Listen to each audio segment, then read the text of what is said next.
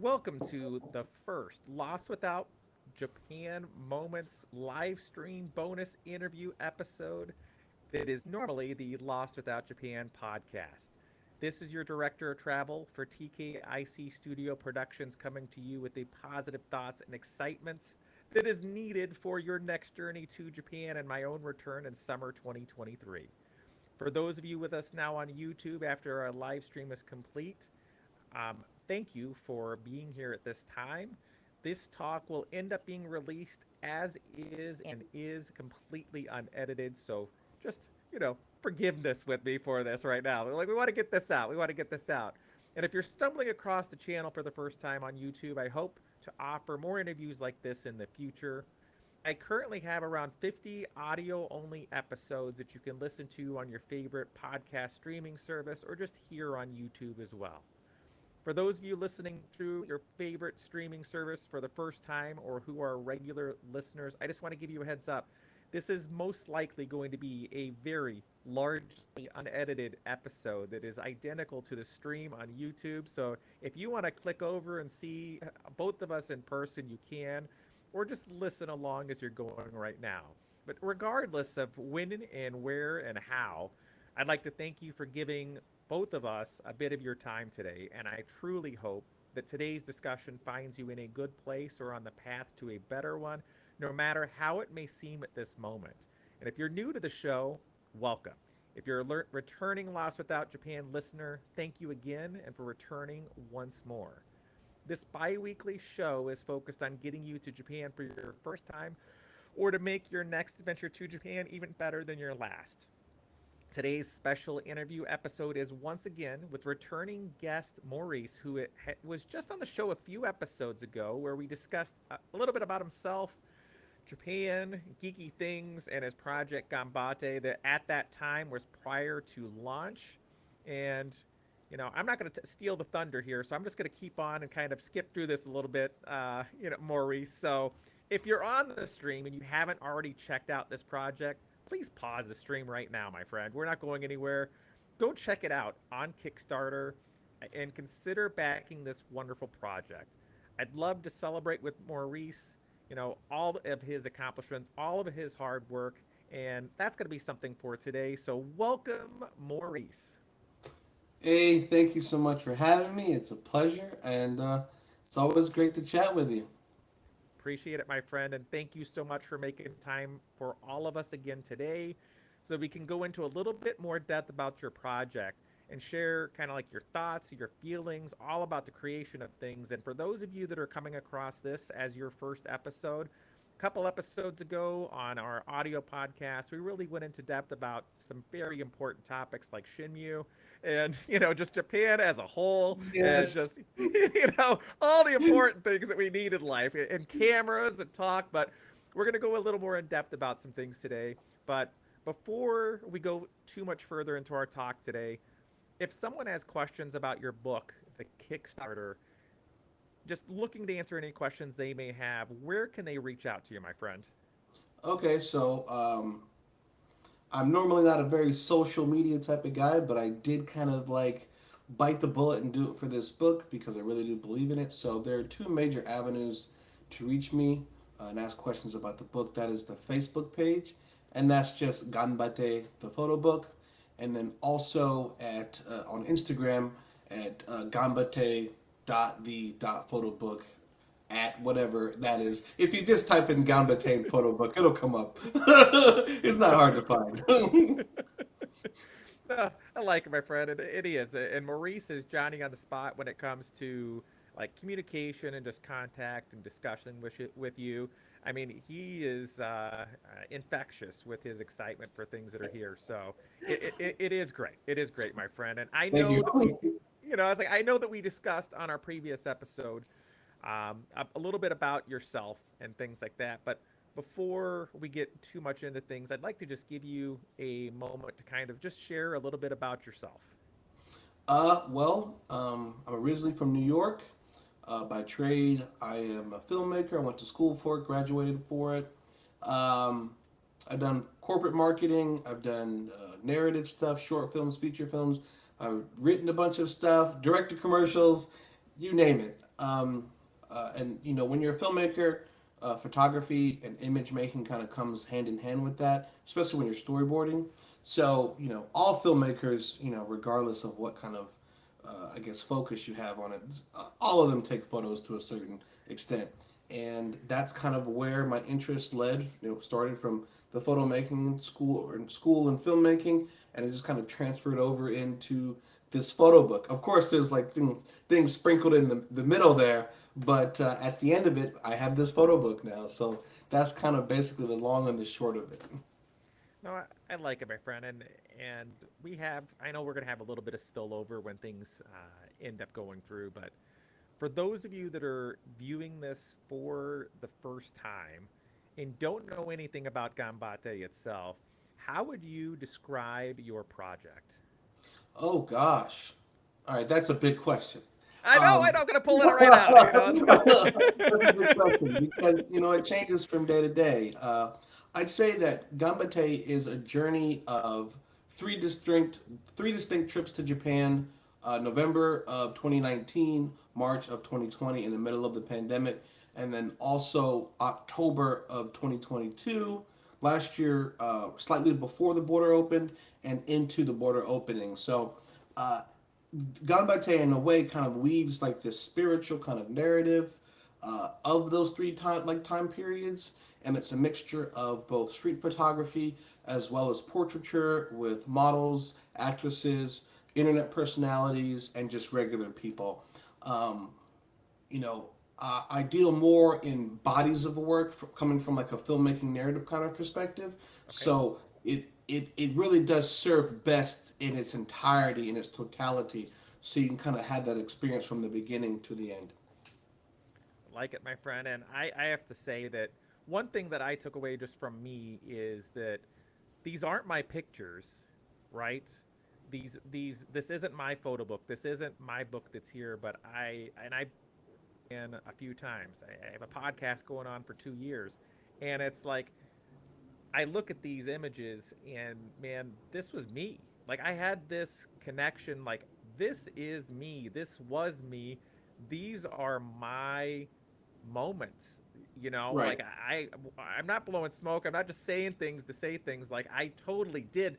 I'm flipping through these pictures and connecting with stuff, and I'm like getting goosebumps as I'm going through. Or you have some of your people that are in there that are making eye contact with me, and I feel like I'm sharing in that moment with you, my friend. And it was like just really, really, hit, like hit with it, and with everybody.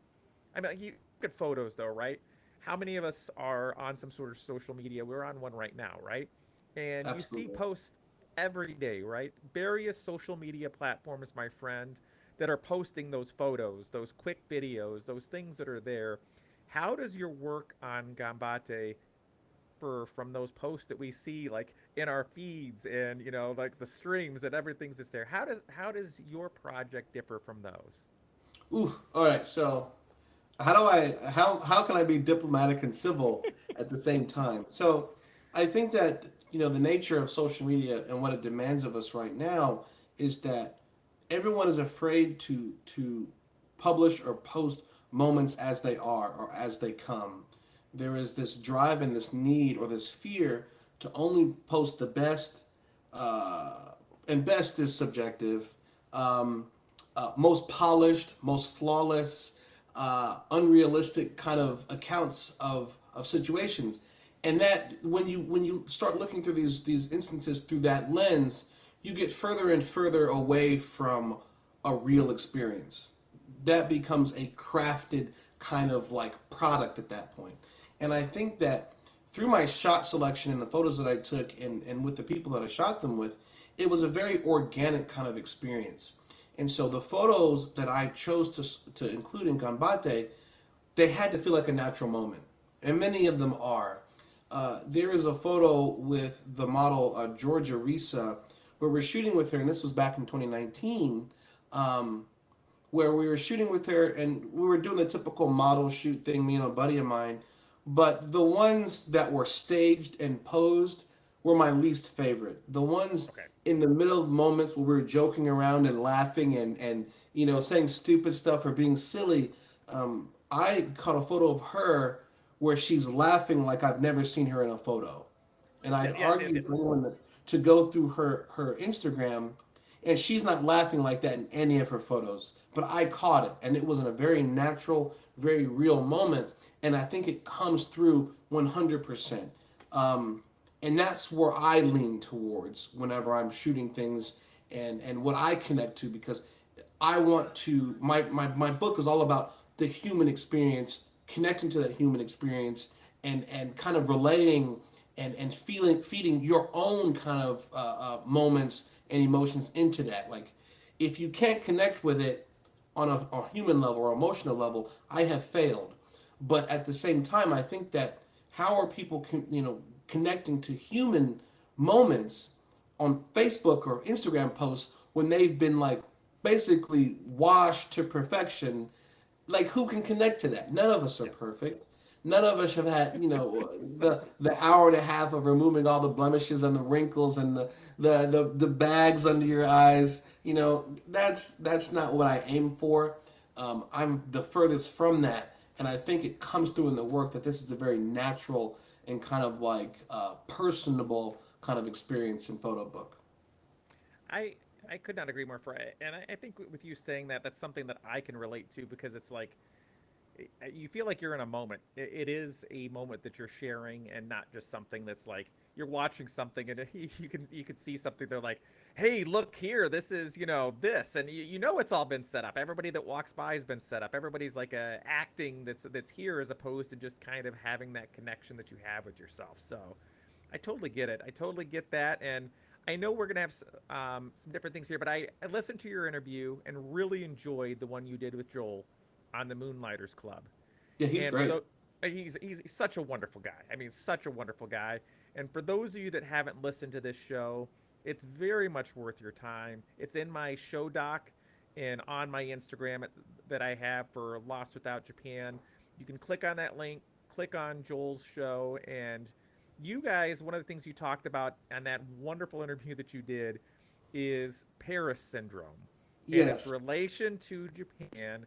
And yes. I was like, man, Joel, like, this is great. You have this here. Could you expand upon that a little bit with everyone at this time, my friend? Oh, okay. So Paris syndrome is the discomfort and the discrepancy that someone experiences when they've been, I guess, fed information about a place and it's characterized in one way, and when they actually go and visit it, it's drastically different.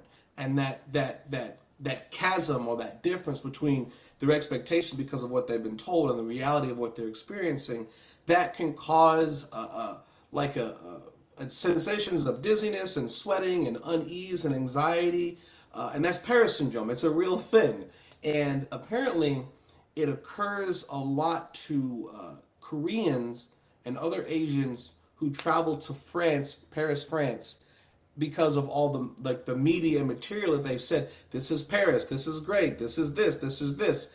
And then they go there and they're like, wait a second, this isn't at all like I experienced. And there's a level of shock that's been titled the Paris syndrome. I wanted to get away from that with my book. And I'm like, again, I'm going to be diplomatic and be civil. There are certain types of photography regarding Japan, specifically Tokyo, that's very popular. And I'm being Yes. civil. So a performer that I was working with on Ganbatte, we were walking through Tokyo, and I said, "Oh, the this type of photography is very popular." And she goes, "Yep, it's an aesthetic." And then she just dropped it, because I think that the people that live there and live in Tokyo and live in Japan, they're like, this isn't Japan. This isn't Japan. If you're a fan of that type of photography, and without me saying Yes. it, you know Yes. what you're Yes. Yes. talking, you know Yes. what it is. And then you go outside of a few maybe small blocks. Japan, Tokyo does not look like that. It Yes. doesn't. I'm sorry. No. And I think that the second you go and you experience Japan, which is a beautiful, wonderful country all on its own, you don't need to change it. Um, Once you go and you experience it firsthand, you breathe in the air, you see the real colors of the city and the country, and then you go back and you look at that stuff, you're going to think, why did people ever do this? Why did they change it? Because the way that it is perfect already. And so that feels like an exported product that's misleading, because I'll be honest with you, I'm going to put my foot down. It doesn't look like that. Japan doesn't Yes. look like that. Creative liberties and taking artistic choices is fine. That's fine, but you need to be aware of the fact that you're looking at a product that does not reflect the reality. 100%. And yeah, like you guys were talking about movies during that, during that talk and things. And Blade Runner is one of my favorite ones. And like, Love it. you can come there expecting it. And for me, was I went to Japan first in 2007, and I experienced that not in Tokyo like you would expect. I guess because like back then you didn't have so much to go off of. You know what I mean? Like, and my dad had traveled there, and I grew up kind of listening to things. So maybe it didn't happen to me there. But what hit me was we arrived into Kyoto, pitch black, dark of night. We were right. Our hostel that we stayed at with the group of teachers I was with was right next to the train station. We arrived late, my friend. It was pitch dark. Couldn't see much of anything, and all I see is this like city, right? And I'm like, what is this? Like, I'm like, this is like any other concrete city that you could find anywhere. Where are the temples? Where are the shrines? And I'm like, I've made a huge mistake with my trip. We had 2 nights, Maurice, 1 day on our own, and I picked this place. Like, what is this? I couldn't see far enough to have it. There's no Google Maps for you to go on to like see things, my friend. I have a paper map I folded up that I'm going to be looking at, and I'm like, I messed up. I should have done with the other group that was going to Fuji. Like, I made a mistake. And then the sun came up in the morning, and we're walking along, and I'm like sitting there like just I'm like, gosh, what did I do? Like, what did I do? Like, follow our maps, and it opened up in front of me, and I'm like, okay, I get it now. Like, I have it. Like, you could have those like set things and have that experience that, man, I lived through it first time of like, maybe I could hop that Shinkansen back towards somebody else. And for those of you going into Kyoto, you probably won't have that same experience. But my friends, if you arrive there and all you see is this like concrete city, and that is not yes, it is Kyoto, but it is not the Kyoto that you're gonna end up seeing. So don't just don't live with that disappointment. Like, I had that whole night. So I just yes, I could not agree more, my friend. One of the things I'd like you to share, and we were kind of talking just briefly before we started recording, you had some goals of the book. You want to talk about like a major goal for yourself when it comes to this project, my friend. I'm going to open it up to you. So goals for the book. Oh gosh. That's a I so that answer kind of changes a lot, right? Yes. Because, first and foremost, I just want people to see it. Yeah. The Kickstarter really acts as a kind of a pre-order kind of system because I have partnered with factories. It can get made. I have had samples sent to me. I know what it looks like. I know what it feels like. I have 2 in my home. I love it already. And the Kickstarter is like, here's what it's about. The Kickstarter page is very verbose. It's very thorough. And I feel like I do a pretty adequate job of telling people exactly what it is. The video that's on there shows exactly what it is and what type of body of work it is. And really, it's like, if you connect with this, please take a look at it, right? Pick up a copy. I want you to experience that experience that I have when I sit down and I look through it, because I still look at it once or twice a week, because even though I'm the person who made it, I'm still impressed with it. I still enjoy that experience of flipping through and digesting the shot selection in this photo beside that photo, or what was going on in my head when I took that photo. I love all that stuff, and that's as someone who created it. I think that people that connect with that sort of work, the sort of like human kind of element, vintage style photography, film photography, they're going to see the value in the body of the work. Beyond that, and just people who connect with it buying it, I would like to continue to work in Japan and take on more subject matter or diversify or tackle different types of people and put them in photograph form. I'd love to do that. Um, really, the sky's the limit because it's art, right? At the end of the day, it's art, and it comes from a drive to want to connect with people, and it comes from a drive of wanting to connect people with good art, right? And also to motivate people. Um, Me personally, I don't find a photo that's been edited for 6 hours to be motivating. I don't. There's nothing wrong with that, but I personally don't connect with that. I connect with someone being in a place with another person, sharing a moment, and they capture the right, perfect moment. Yeah. That to me, you know, Photoshop can't edit in a moment if you didn't catch it, right? That's how I feel personally. Um, it's taking the time, it's choosing the right moment. It's kind of ingrained in the idea of shooting film photography because you can't shoot forever like on digital, right? It's you have a very finite number, and you have to pick and choose and be selective about the moments you capture, and that's what film photography is to me, is capturing that moment. And I hope this book motivates people to go out there and see their lives differently and their interactions with people differently, to look at the moments that really really matter, that this is the moment, not me taking this photo and then putting it through a filter or putting it through this program or doing this to it or doing this to it, or not turning it into a product, right? The moment is the moment, and just kind of honoring that and showcasing that human moment. Because here's the thing, if the human element is imbued in the photo, you can't stop people from connecting with it, right? It's impossible. If there is a genuine moment captured in photograph form, other people will see it and they'll connect with it too. I truly, truly believe that. Agreed, my friend. And you had quite an accomplishment that happened right before we came on, my friend. Why don't you go ahead and share that right now? Because I think it's huge, buddy. It is huge. Okay.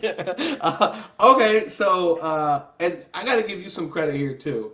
So before I even say this, a couple of days ago, when Mike is like, "Hey, look, we should really have a follow up interview, and hopefully we'll be toasting to your campaign crossing the funding line," and I'm thinking, man, this guy is so really like optimistic.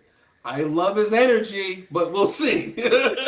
um, and I have to be honest, an hour before we started, I got a massive pledge from a gentleman out in Australia, and it pushed us over the funding goal. So at this point, the book is 100% funded. I feel super excited because I know that it's going to go into the hands of people that connect with the work. I hope that they share it with their friends and their family and their loved ones, because I fully, fully believe in it. And like I said earlier, just a minute ago, I hope it motivates somebody, anybody, anywhere to pick up a photo of a camera and view their world differently and decide to capture their own moments as well. I really, really hope it does. But at this point, we're just keep pushing along. We have 8 days left. There are plenty of wonderful tiers you can get or you can pledge. Uh, Please look at the Kickstarter campaign, and if any of it connects with you, because here's the thing, don't buy it or don't pledge to it if you don't like it.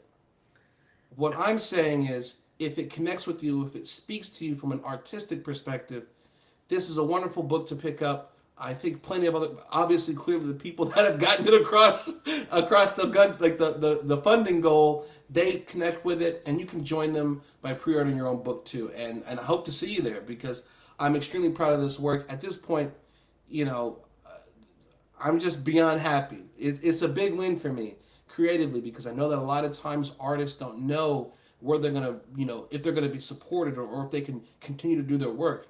Um, I feel the love, if I can say that, because Yeah. that's what it feels like. I feel the support and I feel the love from the people that backed the project because they believed in it, and I want to do more work for them, and I hope to see you there as well. So thank you so much. It's 100% funded, and that feels really really great. Man, it is. I mean, because you spent years kind of working on this book and having it come to fruition. Like this is a project that just wasn't like a pop in, pop out, and I'm done. This Right. was a lot going to that, and if you don't mind, my friend, like I said, anyone that wants more in depth, we can listen to our previous episode and our interview and things here. But why don't you go ahead and just give like a brief synopsis of what Gambate, like those times that you kind of created it from, and just share a little bit about that. And then we'll move on from there, my friend. Oh, of course. Okay, so like I stated earlier, it's comprised of 3 trips to Japan, November of 2019, with a group of friends of mine, and that was just purely just vacation. It was vacation mode. We were just kind of like having fun, eating everything, going everywhere. Uh, but of course, there was no hindsight of what was going to happen with the world, right? So Yes. November of 2019 is like right there, because in December, then it was like, oh my God, like the world is different. And so I had these photos from that trip, and I was purely just having fun. There was no real artistic scope to it. It was just guys in Japan with our friends and my friend's wife, just in Japan, eating and traveling around and doing things for giggles. And it was awesome. It was a completely carefree trip. Then the pandemic started to come down on us. I want to say that I knew that I wanted to go back. So I went back in March of 2020, right before Japan shuttered their borders. So I kind of slipped in there. I threaded the needle that way. And Japan was much different. It was all the foreigners were gone, or not all of them, but the vast majority were gone. You didn't see any tourists.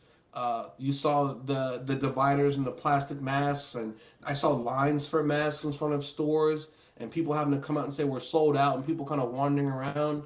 I saw news broadcasts about the police saying if we catch you scalping prices for hand sanitizer or masks, you can be Yeah. jailed for up to 5 years.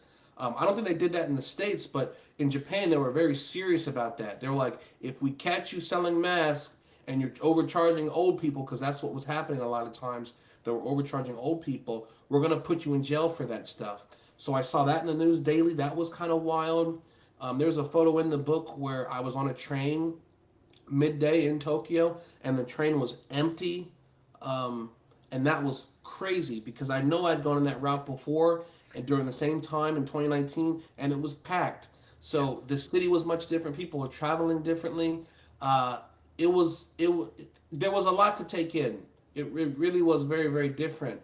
And of course, I left, the border closed, and then, if you're a fan of Japan and traveling to Japan, you know that there was close to 3 years where Japan's like, no, you're not coming in here. And then through the aid of a Discord in March, no, not March, but in October of 2022, I was able to get my visa and go in before the border opened. And still, many of the foreigners were not back yet. You still got the weird, like, oh, who is that guy, like, walking around? Because I clearly look like a gaijin. Like, so they're like, who is that guy, And I was just wandering around. Places like Sensoji were empty. Akihabara were empty. Uh, uh, Getting food at popular places, there was no lines. Yeah. Um, it was pretty interesting, and I took photos then too, and so you could see the energy coming back into Tokyo, but it wasn't there yet. It wasn't 2019. I don't even think now is 2019 yet. But it was really really interesting. And so I got back and I had all these photos, you know, well over 1,000, like too many. Um, that's well over 1,000 digital, no, well over 1,000 film negatives, and then thousands of digital photos. But the book is primarily comprised of film photos because that's where I kind of wanted to head towards. But I wanted to kind of weave this kind of like this narrative experience that doesn't hold your hand too much. It lets you fill in the blanks of these emotions and these moments, and that's kind of what the book is. So you'll see some photos where there's people walking around and there's no masks anywhere, right? You know that's when from that time. Then you'll see photos of empty trains. and then you'll see photos of people with nothing but masks on, and Yep. you can spot it out, and they're not in chronological order, so they kind of weave in and out of one another, and it's up to you as the viewer to kind of take that experience and say, hey, when do you think this was, or where was this at? It's pretty interesting, but in that way, it's kind of like it's kind of personal, and interactive in that way. But it was one hell of an experience, and I hope the book does at least a little bit of kind of inviting you to that experience as well. Awesome, my friend. Awesome. And one of the things we didn't dive too deeply into when we were talking about that is just kind of like your own thoughts and feelings when it came to just that creation of your project. I'd like to just give you a moment to kind of, if you don't mind, just expanding upon that just a little bit today. Just share a little bit about what you were thinking during that time, my friend. Okay, so you know, as a creator, an artist, you're always thinking like, where could this fit into something larger? Always. Whether it's the way that someone said something or the way that a gesture is kind of perceived or interpreted, just how an event happens, you're always thinking about what could this be if not just a singular kind of item or singular moment. And when making the book, and one thing that you said that is so flattering, I'm gonna have to piggyback off what you said.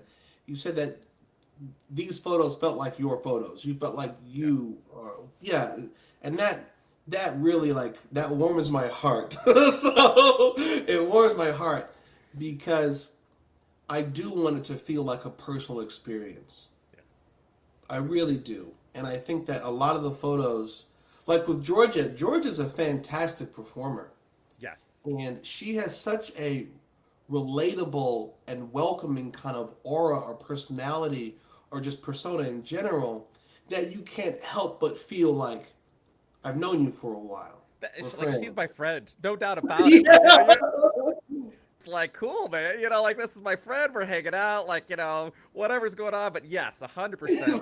That's So 100%, my friend. she's the consummate professional from 1 to 100. She's great at what she does, but she has a charm to her that not a lot of people do that make you feel at ease immediately. And so, and that goes to and that goes for everybody in the book, but they have their own different type of charm, right? They Yes. have their own different type of like home feeling or welcoming feeling. Um, and so I just really wanted to feel like you're an insider, you're a part of this. Again, I'm going to be civil to try to tell you what the book is not. Right. Um, a lot of photography in focused on Tokyo doesn't really include people. A Yes. lot of it is just street photography where they kind of grab moments or I don't know. I don't do that kind of stuff, so it's hard for me to describe it. But it feels very impersonal and very distant to me. And so when I was making the book, I refused to make a book that felt distant. I refused to make a book that felt impersonal. I refused to make a book where it felt like I was stealing moments from people who didn't know I was there. I Yes. could not do that. I could not do that. Plenty of people who do that already. That work is fine. It's okay. It's good. It's for them. It's not for me. And so, who am I to be this ambassador? And not I'm not an ambassador. That's a strong word. But who am I to tell you about this place and even try? And my book is not in a complete view. It couldn't be. I'm not from there. I'm an outsider. But how could I make a body of work that's supposed to entice you or make you curious about a place and I don't include the people? That doesn't make any sense to me. At that point, if you just include Tokyo or Japan or Kyoto or these other places without the people, you're talking about a theme park. You're talking about rides at that point. You're not talking about a community or a nation. And so it was my job and my goal to include as many people as I could. So they're a part of this experience too. Because so when you go to Japan, you're not just going for the Godzilla Cafe. You're not just going for Team Labs. You're going for the citizens as well. Because there are lovely people there. more than anyone could ever count. And you could be having experience with those people too. Uh, they should be represented in art. And so that was my goal as well. Love it, my friend. And you segue nicely into where I was going to be going to next. Uh, you've had some very unique and interesting people that are a part of your book and a part of those photos. Could you just share a little bit about those individuals for those people that get the physical copy or digital copy from your Kickstarter? Just so they can have a little bit more to that, like, if I want to know my friends that are in this book that I'm looking at, like, like from my trip, it's like, here, it's like, whatever it is, it's like, I want to know these people that are here. Could you just share a little bit about them? Oh, of course, of course. So I met Georgia through a friend in 2019. So she's an actress and a model and kind of like this personality that kind of resides in Tokyo. And she's awesome. Then there was Maya, who Georgia introduced me to Maya. And Maya is a producer that works in Tokyo. She's there too. And she has her own kind of like modern take on architecture and art and minimalism and design, and she's in there and she's awesome. Then there was an actress that I really had a great time with. Her name is Sayaka, and she was almost like a philosopher too. So when we were shooting and we built this narrative around her portion, and she created this character around it and acted it out, and I captured it in photos, and that was cool, and that's great. Those are in the book, but what really stands out to me is that after we finished, we walked around and we just talked and we connected as people, and she has such great ideas, and she's like intriguing and thought-provoking and empathetic and caring, and just a wonderful human being, a wonderfully warm human being.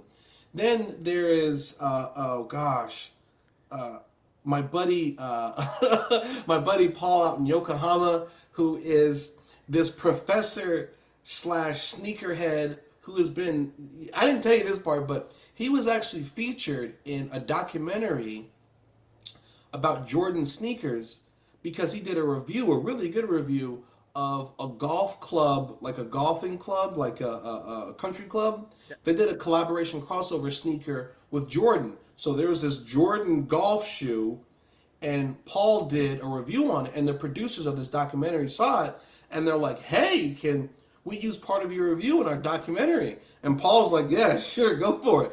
So he is this dude in Japan who is making reviews about American Jordans. These producers back in Chicago see it. They're making a documentary. They want his footage. It's just wild. This dude, and he's awesome too. And then I think that probably one of my most memorable people, and oh gosh, so you and I talked about Shenmue, right? Yes, So yes, yes, uh, yes. so one of the voice actors, one of the English voice actors from Shenmue, he resides in Kamakura, and he's this dude that does this gardening. And I remember watching him on YouTube before I even knew that I was going to make Ganbatte. And I'm like, who was this guy? Like, who was this guy who's a voice actor for Sega games, and he's a broadcaster for NHK, and now he's a gardener, and he's American, and he's been residing in Japan for 4 decades, and they're just like, I have to know this dude, right? And so I reached out to him. I said, hey, look, I'm making this book. Would you like to be a part of it? And he was like, yeah, sure, let's do it. And his photos are immaculate. Like, I like it. So every now and then, you're like, oh, I did okay on that one. I did okay on that. And this is good enough, because everyone's their own worst critic, right? Yes. Um, We were just talking about that, my oh, absolutely, absolutely. friend. Yep. There are a couple of my photos that I did with Robert out in Kamakura, and I'm like, oh my God, I can't believe I took this photo. Yeah. I can't believe that I did this. It's just, the book came together with the right people at the right time. And I am incredibly blessed. There's so many people who just, I told them what I wanted to make, and they were down for it. They were very hospitable, open-minded, generous, just wonderful people. And the book, it really does show, it really does come through that that these are people who wanted to be there. Yes. These are people who wanted to be recognized and seen, and I'm happy that they allowed me to do that. Outstanding, my friend. Outstanding. And for those of us that have made it this far, let's go ahead and we can kind of discuss some of the images and things from your book. And what I'm going to do, and please forgive me for a moment as we're like going through, I'm going to end up sharing my screen, and I'm pretty sure, my friend, that that's going to take my entire screen Oh from what I yeah. have. So I'm going to duck out, like, I think, I'll be like, aha, aha, you're going to be on your own, Mark. So Maurice, like we're going to be, we're going to get that up here in one moment, try to share some screens for you.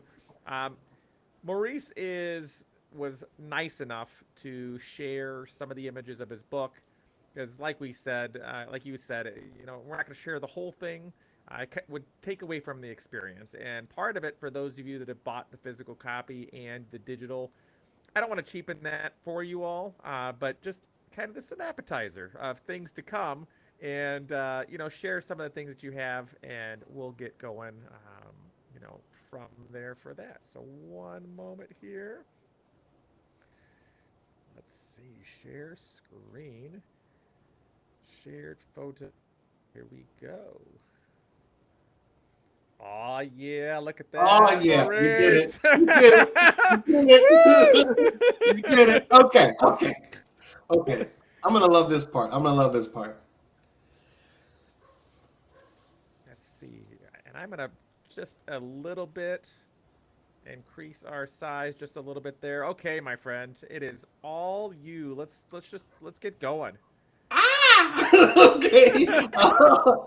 Okay. So a few things about this photo. It was, and this is the best way to describe it. It was a happy accident. So I was shooting with Georgia with the Nishika N8000, and that is an old 35 millimeter camera from the 80s that shoots 4 images at once. And so through parallax, you can take those 4 images and create like a small little video because the perspective for each photo is slightly different. And when you put those photos in like an animation, it does like a little wiggly thing. And now the Nishika has kind of regained in popularity, and they call them wigglegrams now. Whereas before they were made for in the 80s they were used to make the 3D holographic cards. I forget what it's Yes. called, lenticular Yep. lenticular cards. Of course, the Nishika thing is a 40-year-old camera. The company that made the lenticular cards has long since been out of business. But now people have taken those photos and turn them into animation, small short films. And there's actually one Nishika kind of sequence on my Kickstarter page, and that's of Maya. You can check that out. But so the Nishika camera is a neat idea. It's very poorly made. It's a crappy camera that does one thing well if you're very careful with it. And one thing that can happen is if you don't wind it properly or if the film doesn't catch properly, because a lot of times the film does not catch properly and doesn't advance all the way because it's not a very well made camera, you'll have an overlap of the exposures. And so this is where this happened. There was a misfire in the Nishika, and when it advanced, it didn't advance all the way. And so I took this photo and it jammed, That's and I thought the camera was broken. And so that was like the last shot of the day that with me in Georgia that day. And I was like, well, here we go. your second Another, camera, a second yeah, camera another that's broke camera on your that trip. broke on me, right? So, but the camera didn't break, but it did misfire. And so I was going to Kitamura, which is like a camera store in Tokyo, and I was getting film developed back and forth all the time. And there was a few segments of these photos that were clearly double exposed and overlapped. and I was like, oh, bummer, you know. Yeah. And so I get to the end of the roll, or the end of like they give you a little printout card, and I get to the end of it, and I see this photo, and immediately I'm like, oh my god, oh my god, oh my god, this is the one, this is the Yes. one. I didn't Yes. know what was going to be the cover of this book. When I saw this, there was no other photo that could be the cover of this book. It had to be this one. And I sent it to Georgia, and I didn't say anything because I didn't want to prime her for how she should receive it.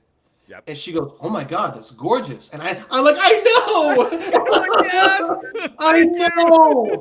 I know." So it was just perfect. Sometimes I don't know if it's serendipity or just chance or just uh, who I'm not going to say miracle, but something is sometimes it just works out in your favor. And this is one of those moments where I took that photo, and like I said, there was no chance of any other image being the cover. This had to be it. Love it, my friend. I love it. Love it.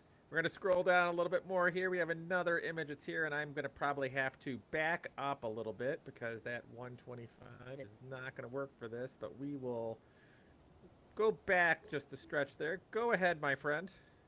Okay, so this was interesting to me because a lot of people are like, "Why are you showing a police car? It's not like a big deal." So I come from the States, and I'm sure that probably some of at least a cross section of your viewers come from the States. Um, the relationship and the attitudes of police vary from place to place. Let's just leave it that. Yep. And the attitude that the police have is much different in Japan. Um, Guns are like a last ditch effort.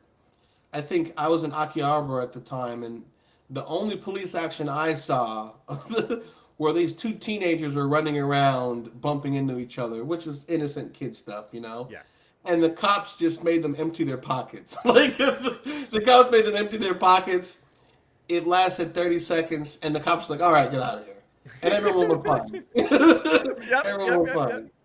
And then I remember walking towards their car, and there was an anime character. There was like a cute little anime character. And so if you see on the photo beneath the police lights, there is this cute little like animal. I don't even know what it is, but this Yeah, their animated, mascot or something. Who yeah, like knows? a police mascot, a cute little police mascot. And I don't know what it's about or what it is, See if I can. but it really is just like a, oh wow, that it was just different. It was very, very different. And also, there's another photo in the look, it's so cute. I know. It's just like you're like, this is great. It's great. It's so cute. Um, there was another photo in the book of the police koban, and if you're not familiar with the koban is a police box that's in a lot of areas, neighborhoods, things like that. And there's usually a cop or two in the koban, and they kind of just chill out in there. And it's not a police station. It doesn't feel like that, but it really does feel like a community kind of service center. I remember I've gotten lost a couple of times and gone to and I, without hesitation, go to the Koban, and in my broken Japanese that I can figure out, I've gotten directions several times. And there have been a couple of times where I'm trying to speak in broken Japanese, and the guy's like, English, English. English guy. And so he switches to his broken English, because he's sincerely looking to help me, right? There is no concern about suspicion or being mistreated or aggression, none of that. And so those two photos in kind of conjunction really do kind of encapsulate this completely foreign experience that I had with the police in Japan. I will not hesitate to go speak to the police in Japan. I'll just leave it at that. Yep. And I think the mascot kind of it kind of lends to that kind of like, oh, we're here to serve you. Like it was actually pretty cool. It was pretty cool. That's awesome.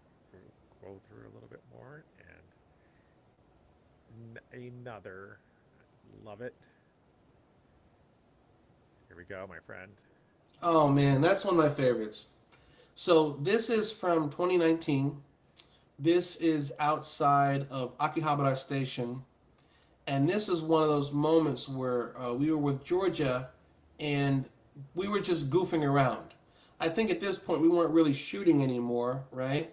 But we were just goofing around, and I forget what was said, but we were all just like laughing hysterically, right? It was a moment where there was a very real, a very genuine moment where we're just laughing hysterically, and I think I recognized the fact that uh, Georgia had turned off her model face.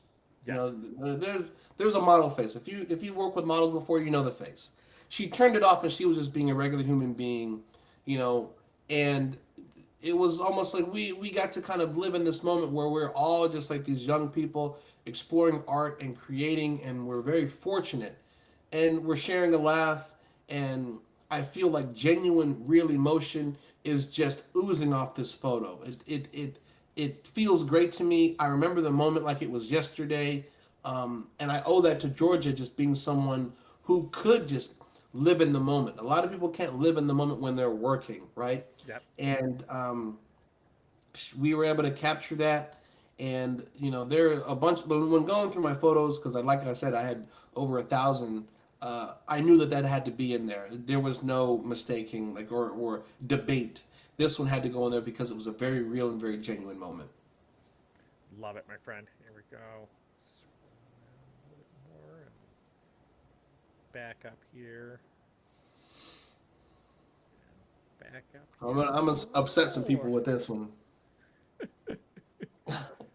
Here we go, my friend. Okay. So this is another one of my Maurice's vendetta to say that Japan is not like how you've been told.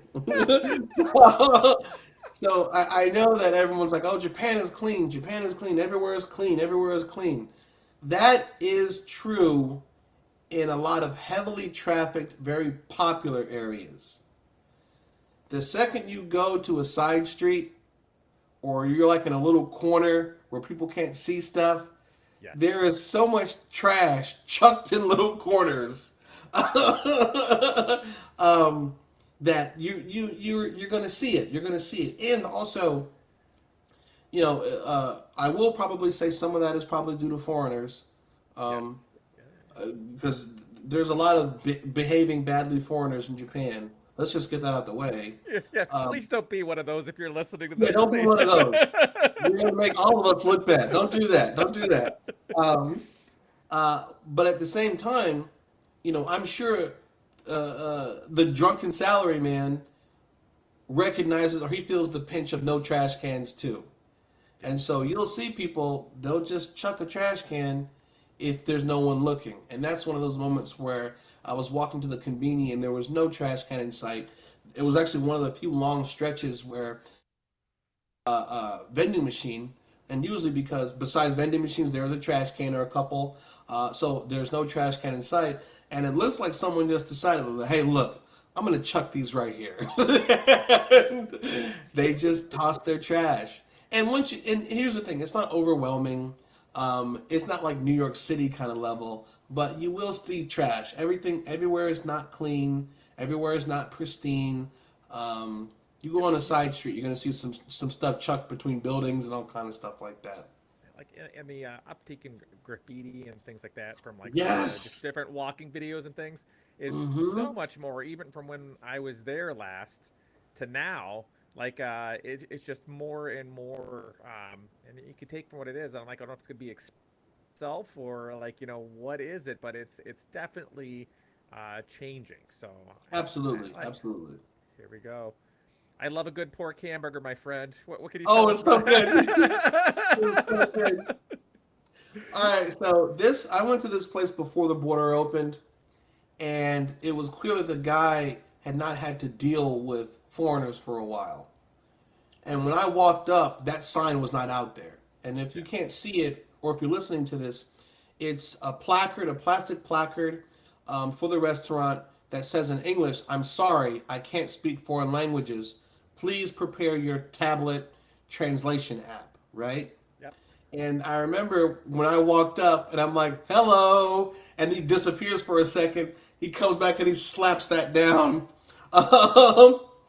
And the thing is this, like, I kept it simple because it was very clear that, and a lot of times some people are like, well, they were rude to me because I Yeah. didn't speak Japanese, and I don't think it's that. I think a lot of times they feel shy or uncomfortable because, well, a lot of times people will speak English at them. They don't understand English. And instead of the foreigner or the traveler trying to meet them in the middle, they'll just repeat to them in English but louder, you know? Yes. and, Yes. and so it's just like, that's not getting them anywhere. So he was trying to mitigate this uncomfortable situation. And I know enough Japanese where I could say, you know, kore, like this, I want this, or yeah, no, I don't want that, or I want a drink, or I Right. want it to go. There was enough of that, and he's like poku hamburger, you know, he said something like that, and he's like, oh, is that okay? Because I guess some people don't eat pork, and I'm like, daijobu, daijobu. I'm like, that's okay, that's good, you know. So he appreciated that I tried. Yes. Um, but initially, there was a weird kind of tense, like, this dude's going to speak English at me. And the answer is, I would have. Yes. But Yes. I'm not going to lie. Like, his assumption was correct. Um, but we worked through it, and I didn't need a translation app. And that was kind of a cool moment.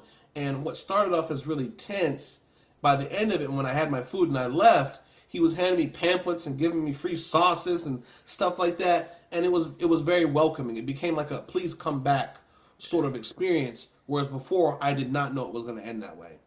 No, and it is, and everywhere in the world right now is understaffed, right? So if Right. you were, yeah, and I hope everyone that's listening to this, if you haven't been to Japan before, you will get there, my friend. It may take you a while, but you will get there. And there's plenty of people to help support you in finding that. But if you are going anytime in the near future, like myself, this summer, or if it be next year, whatever it is, everywhere is understaffed. So just please, please, please, please be understanding. And if you're going out to a restaurant, don't bring your backpack with you if you can. Store it outside. Leave it in your hotel. Space is so tight there. They're not picking on you because you have your things and they don't want it. It's because you have this huge backpack with you, and they're trying to fit the 12 people that fit maximum into this place, if that. Just be understanding. And I'm like, things, it goes so far. Just a smile and some understanding and some flexibility, and like you said, some limited, very minimal Japanese breaks down so many barriers, from everybody. And it's just such a huge, huge takeaway from everybody. Here And we if you go, my try a friend. little bit of Japanese, you'll get the much desired was it Nihongo Jozu? You'll get Your Japanese is so that. good, so good. You're like, I know it's not. I know it's not. Nihongo Jozu. You'll Watashi get wa. that. Okay. So this photo. So even though I work for corporate America, I am not that guy.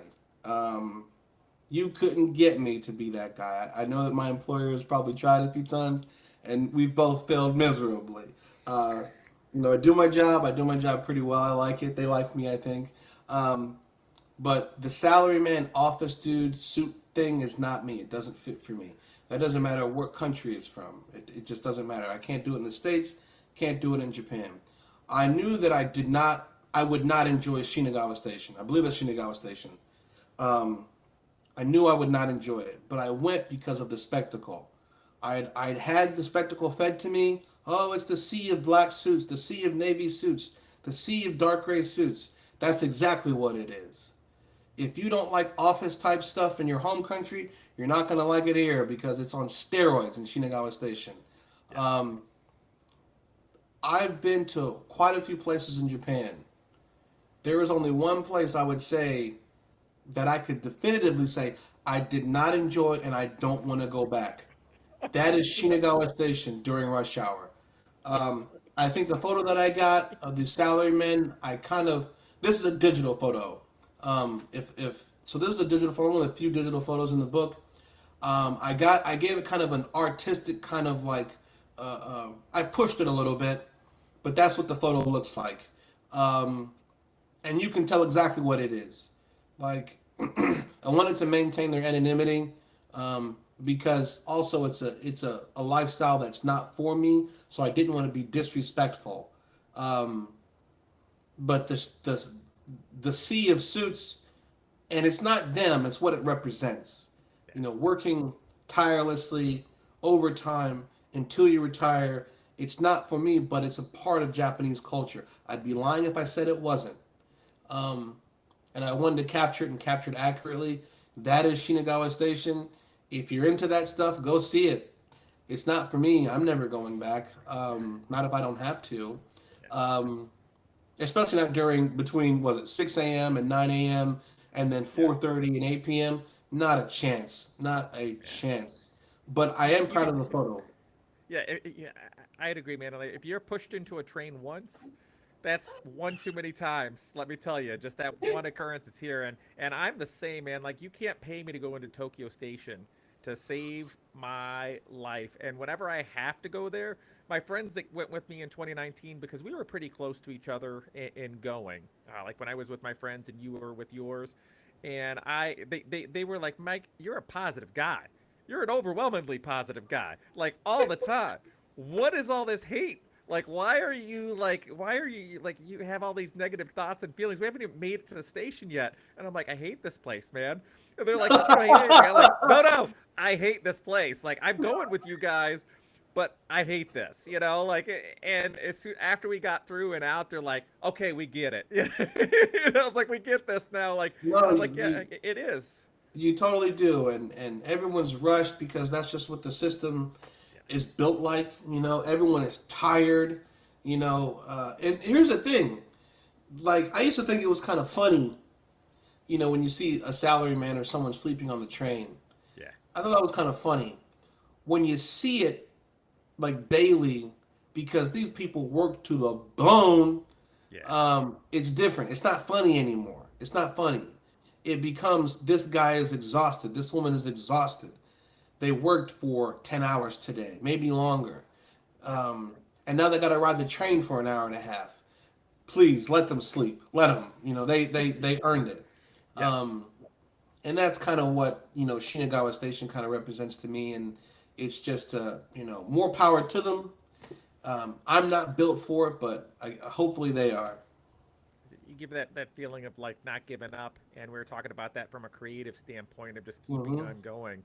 And man, like, that takes, you know, a type of person, you know, and some dedication to keep going with that, you know. So Absolutely. that is not an easy 9 to 5 at all. And one of my No. favorite things of your book, buddy, is the Polaroid pictures, my friend. Like, I absolutely positively love it whenever I come across one. What can you go ahead and share about this one, my friend? Okay, so this is actually in Osaka.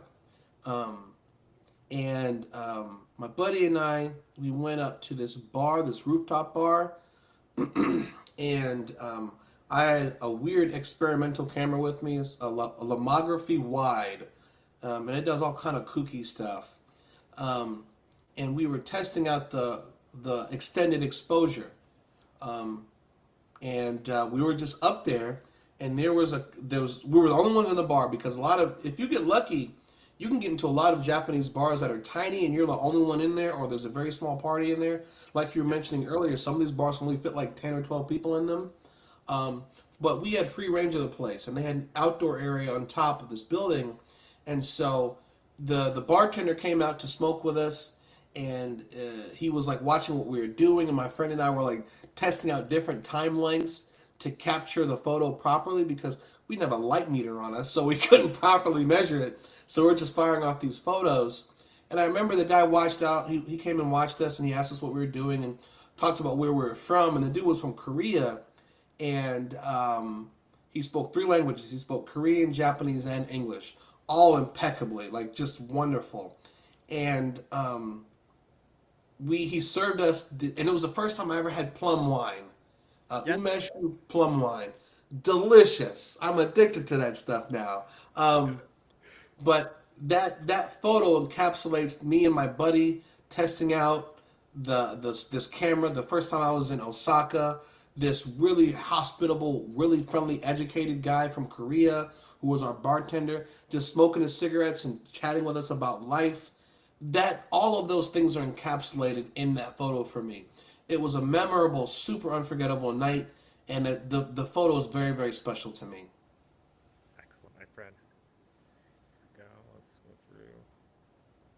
And that is our run of things, my Oh, friend. that's the Just wanted last to one, share. man. I I could know, do like this all it's like we could keep on going. There's no doubt about it. Now day. people are like, "Damn, bring those photos back!" Like, this got this guy up on Yeah. time. Oh uh, man. Oh, that's awesome, man. That I truly enjoyed, my friend.